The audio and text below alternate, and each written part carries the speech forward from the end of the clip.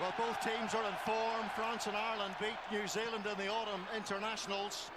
Ireland looking to take their winning run in internationals into double figures. Viewers keep an eye on our world feed as into Mack goes quickly. Moefana immediately shows good feet. Here's the hat-trick man from last week, Gabin Villiers. Antoine Dupont gets it away quickly to Damien Penaud. An unbelievable 17 touches on the ball for Penaud a week ago. Cameron Walkie, born in this local district of Saint-Denis, a tough upbringing for him, a real talent from the Bordeaux club. And now the human asteroid that is Winnie Antonio goes. Great start from France, and it's into Mack inside to his little mate on the shoulder. At Toulouse, 1-2. Dupont gets the try. It is a sizzling, sensational opening by France. They gave France space and time from the quick line out. Moefana only mentioned it moments before. Brilliant ball to Villiers, the danger man. And look at, you mentioned a human asteroid. There is nothing like that from a defensive perspective when you're trying to stop that coming at you. Uni Antonio. And then it's just about the class of Ntamak and Dupont. We see it time and time again, the way they work together. It's a bit of a speculative ball inside from Ntamak, but when you know the little maestro's constantly running up and down that central channel. Under a fair bit of pressure, and there's no more pressure than a Six Nations match of this magnitude.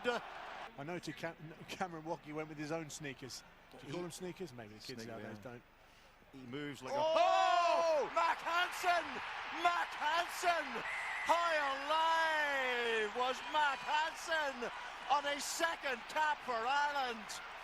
Oh my goodness, have you ever seen anything like that? From Mack Hansen, he doesn't take his eyes off the ball at all. Utter confusion between Jaminet and Penaud. Brilliant retake. Catching the French absolutely ice cold, but it was all about the alert work of Mack Hansen, and Joey Carberry, who can be a truly deadly goal kicker, closes that gap. Digging the ribs for Ireland if this one goes over for France. There's a real crispness about that man's strike, a real confidence too, and it's the French looking for their second win of this Guinness Six Nations Championship, who take the lead into the half-time. One try apiece. Antoine Dupont was on the shoulder for his, and Mack Hansen with a little piece of magic of his own from the restart for Ireland. Half-time in Paris, France 19, Ireland 7. Joey Carberry gets us underway for Ireland's second half, and you feel that Ireland need a bit more power, a bit more bulk and ferociousness if they're to beat this. Get into positions in and over the breakdown, turn the ball over. Brilliant. Dan Sheehan to Caelan Doris. Now, can France defend this? Can Ireland find their power tools and get over the line? Oh, they can, indeed they can. That is superb stuff. They hammered their way through that big French pack. Ireland pressure on that scoreboard. Well, it's too easy, isn't it? The French gave the penalty away.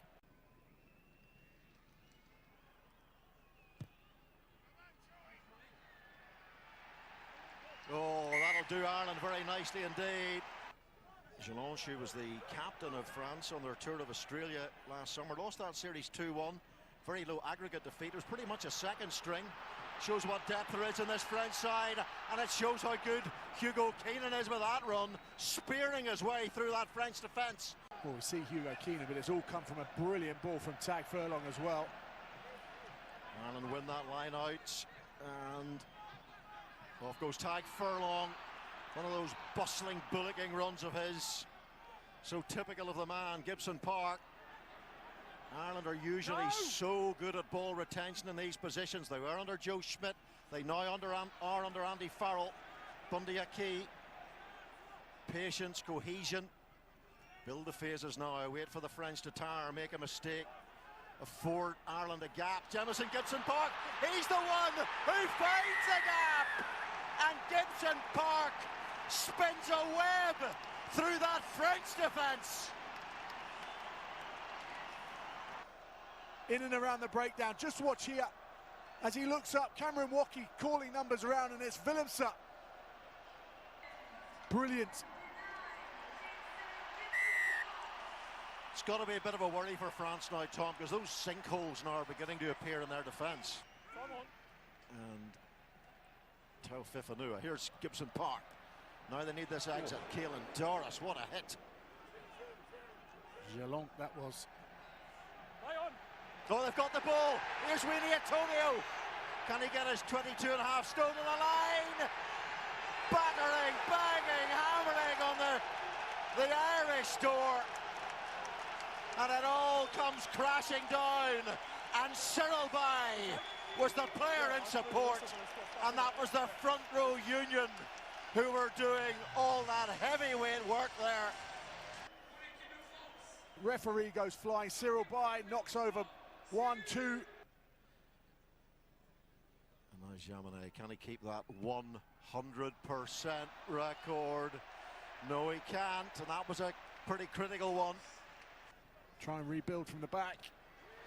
Oh, what a take by Intermac, bravely flying in like a trapeze artist. Turnover is good again, and Dan Sheehan almost throws it into the midst of Damien Penaud. Was what they had during the Autumn International 6-2.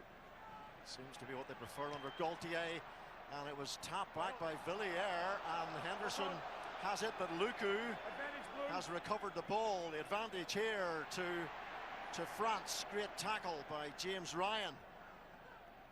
Luku, Gael Fickou, there's space in there for Luku. Was he held back? Off goes Flamand.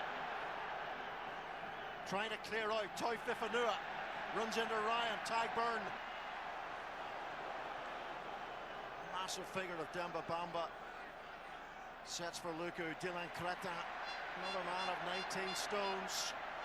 In goes Caelan Doris. Looked like he was off his feet there. Here is in to Mack.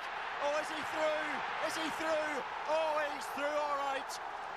What a try it is from Melvin Jaminet.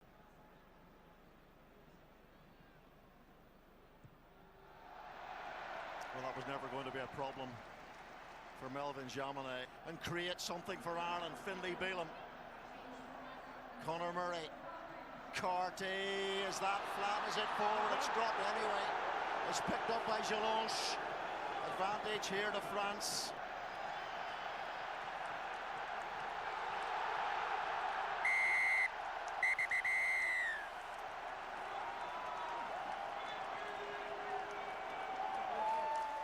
France continue their quest for a Grand Slam. It would be their first Slam and Championship for 12 years. And next they go to Scotland in 2 weeks' time to Murrayfield.